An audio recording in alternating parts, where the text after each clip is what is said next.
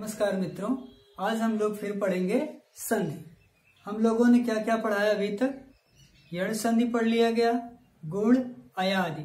उसी क्रम में हम आज वृद्धि संधि पढ़ेंगे। गुण, इसके पिछले वीडियो में हम लोगों ने गुण संधि पढ़ा और उसमें नीचे दिया हुआ है गुण के कुछ अपवाद।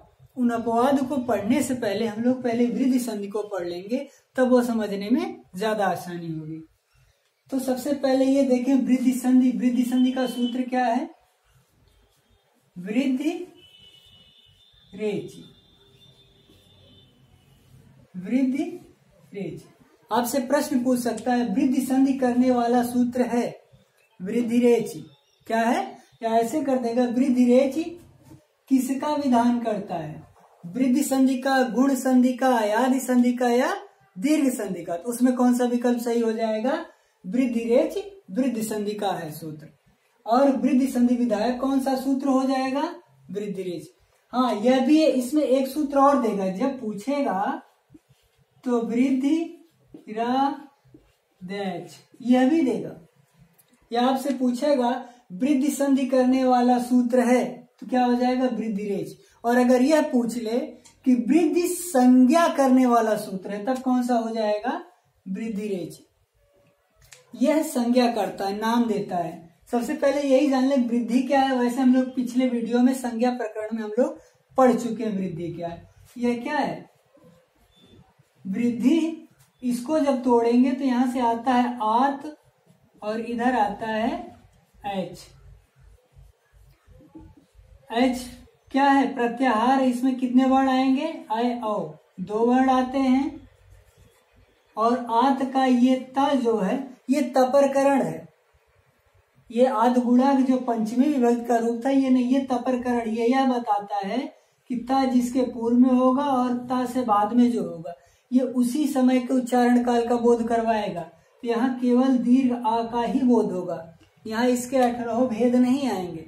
तपरकरण जिसमें ता लगा होगा किसी भी सूत्र में वह पर्टिकुलर उसी का बोध करवाएगा।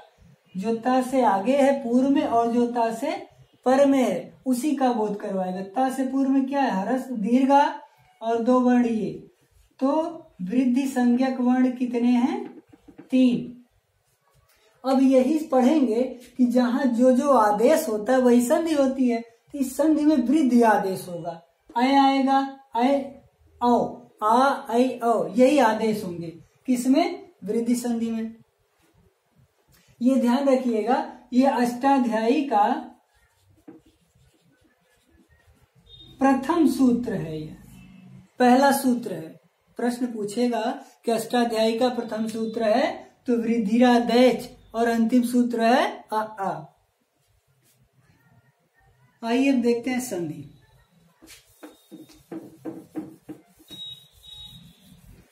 वृद्धि रेचि, इसको हम अगर अलग करें तो यहां हो जाएगा वृद्धि और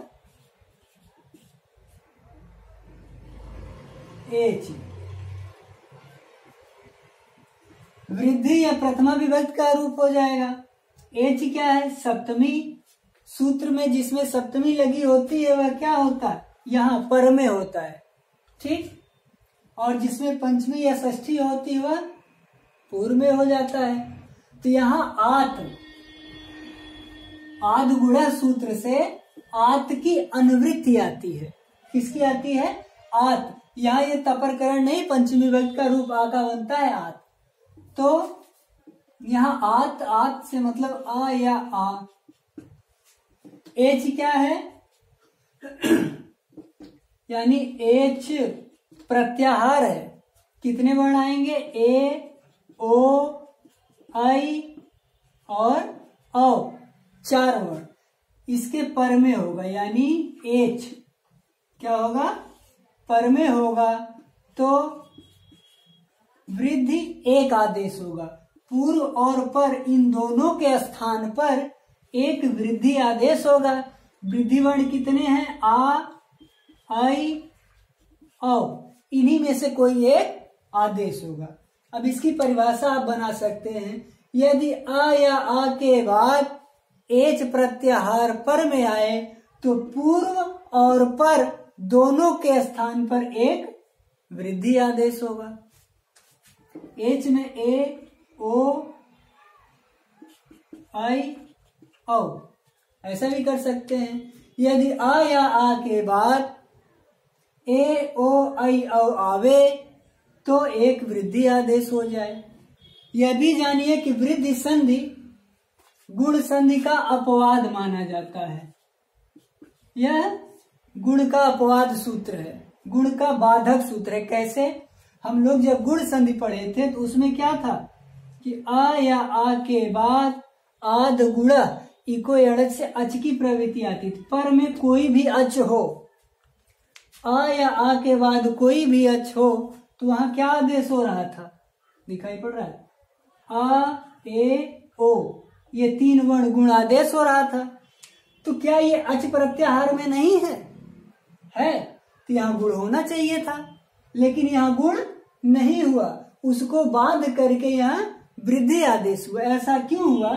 आगे हम लोग एक सूत्र पढ़ेंगे पूर्वत्र सिद्धम सपाद सप्ताध्यायी और त्रिपादी के बारे में, तो वहां ये बताता है जो सपाद सप्ताध्यायी का सूत्र वो पर का बलवान होता है, और ये सूत्र गुण संधि के बाद में पढ़ा गया, इसलिए यह बलवान ये बांध करके क्या कर रहा है, यहाँ वृद्धि आदेश कर दे रहा है। नहीं तो पूर्व सूत्र आद गुणा से आ या आ के बाद कोई भी अच आए तो वह गुण हो रहा था, और एच भी तो अच में आता है, लेकिन यहाँ नहीं हुआ। किस सूत्र से? वृद्धि रेच से। ऐसा भी प्रश्न पूछ सकता है, गुण संधि का बाधक सूत्र है वृद्धि रेच, क्या होगा? वृद्धि रेच।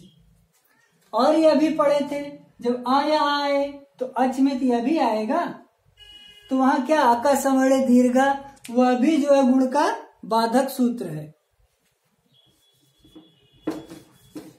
तो इतना क्लियर हुआ। यदि आ या आ के बाद ए ओ आई औ आवे तो पूर्व और पर दोनों के स्थान पर एक आदेश होगा वृद्धि संज्ञक वर्ण। जैसे आइए उदाहरण देखते हैं।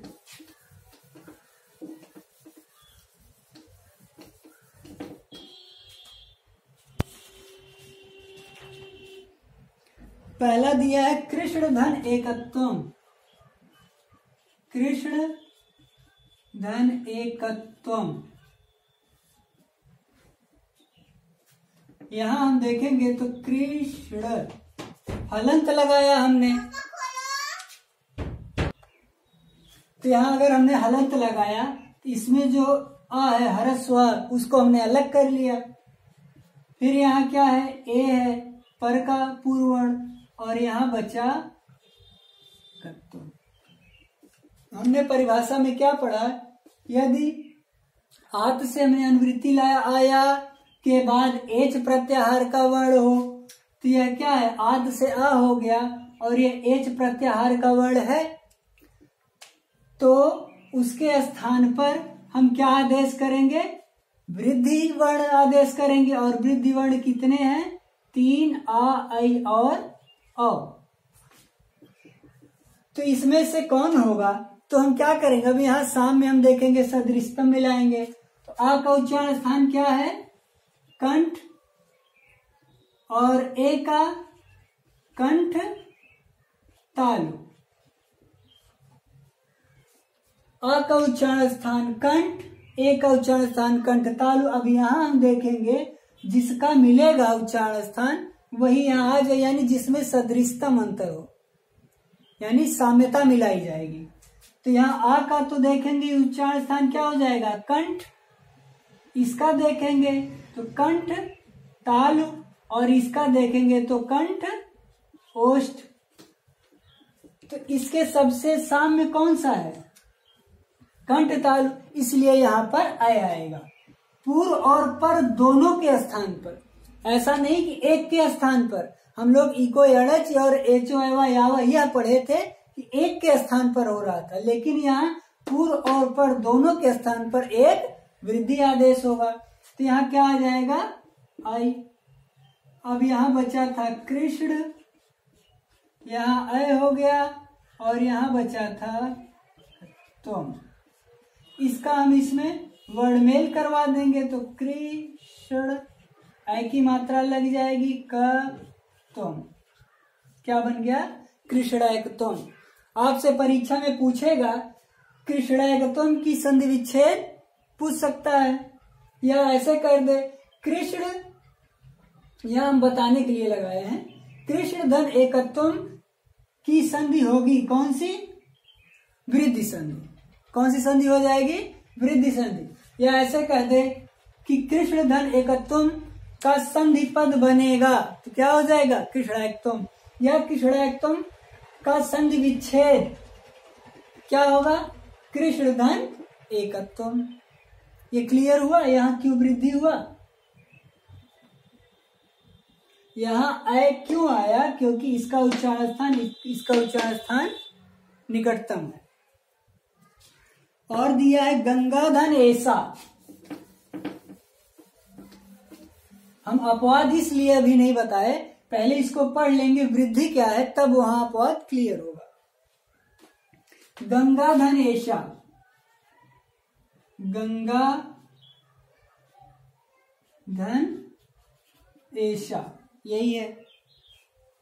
अब यहां पे अगर हम हलंत लगा के दीर्घा को अलग कर लिया, यहाँ ए बचा, यहाँ ये हुआ।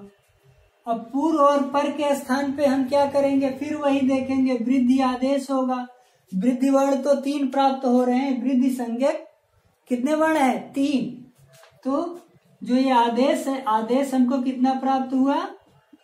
3।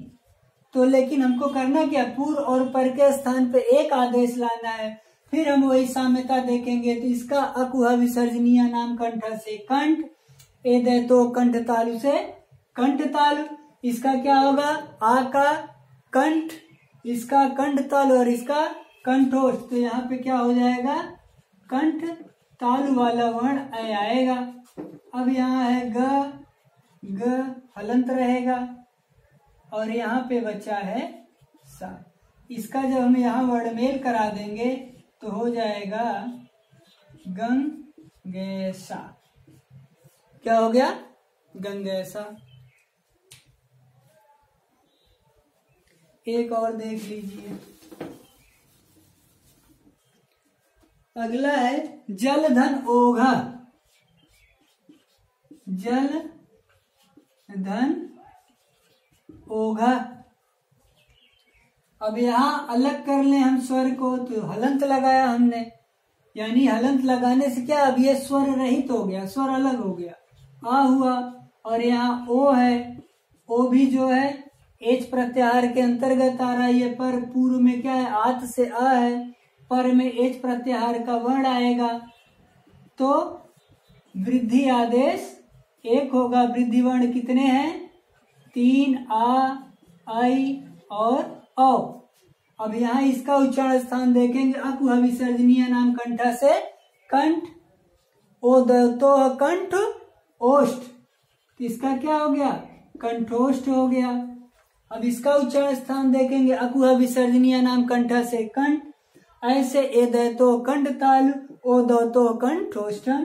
तो यहाँ क्या आ जाएगा? औ।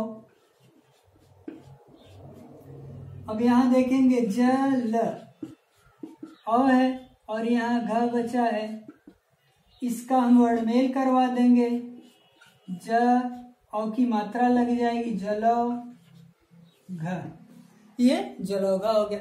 इसी प्रकार गंगोगा भी हो जाएगा। आइए अब अपवाद वाला सूत्र देखते हैं, जो बाबूराम सक्सेना जी की पुस्तक में दिया है कि अपवाद। क्यों अपवाद? भाई अभी तो गुण हो रहा था, वृद्ध हुआ यहाँ पर, इसीलिए तो अपवाद कहते हैं। इसमें दिया है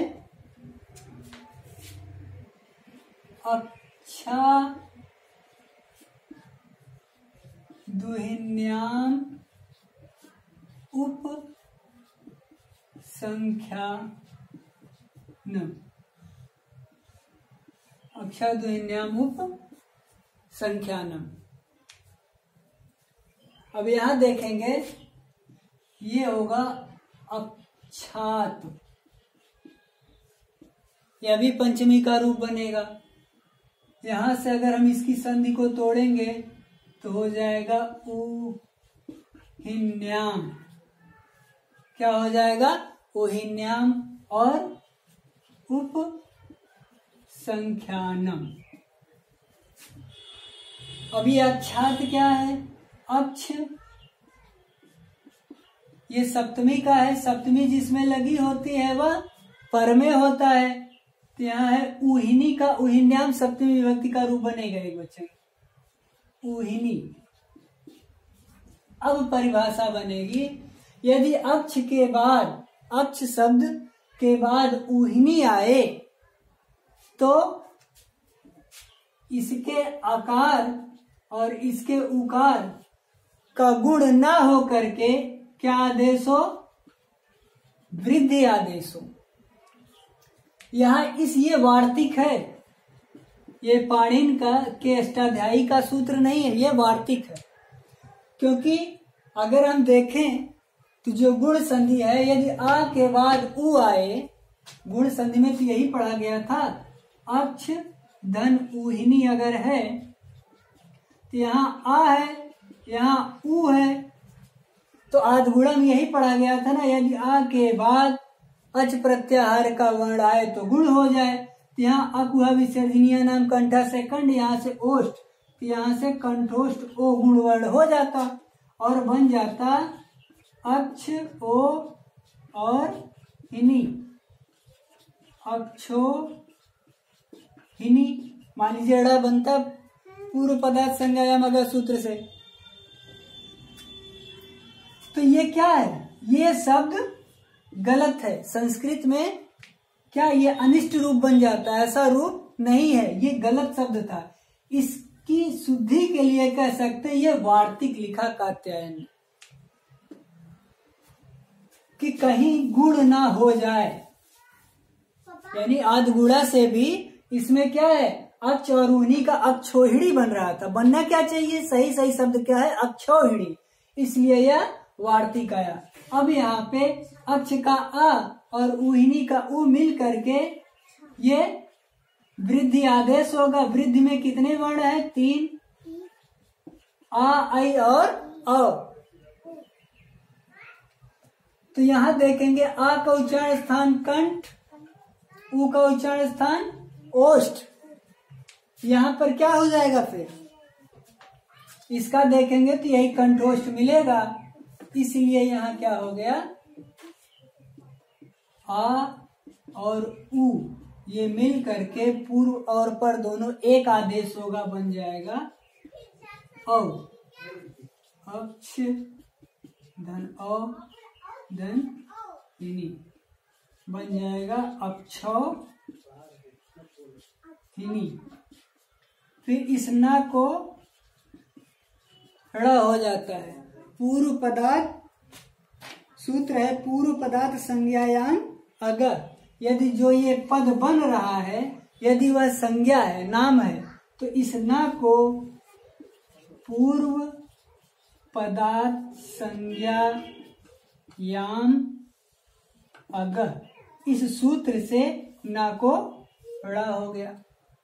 तो क्या हुआ? अक्षौहिणी शब्द बना। कहीं यह गुण ना हो जाए इसलिए यह वार्तिक लिखना पड़ा और अक्षौहिणी शब्द। अब सूत्र प्रश्न ऐसे पूछेगा, अक्षौहिणी में संधि है तो यहाँ क्या है? गुण नहीं है। भले यहाँ गुण के नीचे अपवाद, ये वृद्धि संधि है। कौन सी संधि है? वृद्धि संधि। तो अक्षौहिणी कौन सी संधि कही जाएगी? वृद्धि संधि। प्रश्न ऐसे भी दे देगा, वृद्धि संधि का उदाहरण है तो अक्ष धन ऊहिनी, तो लगेगा आ और उ मिल करके ओ होना चाहिए, लेकिन यहाँ क्या है? इस वार्तिक से वृद्धि संधि हो जाती है।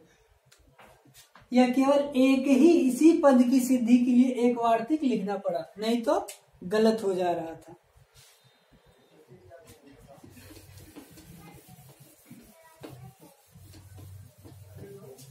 अगला है स्वाधिरे ऋणो।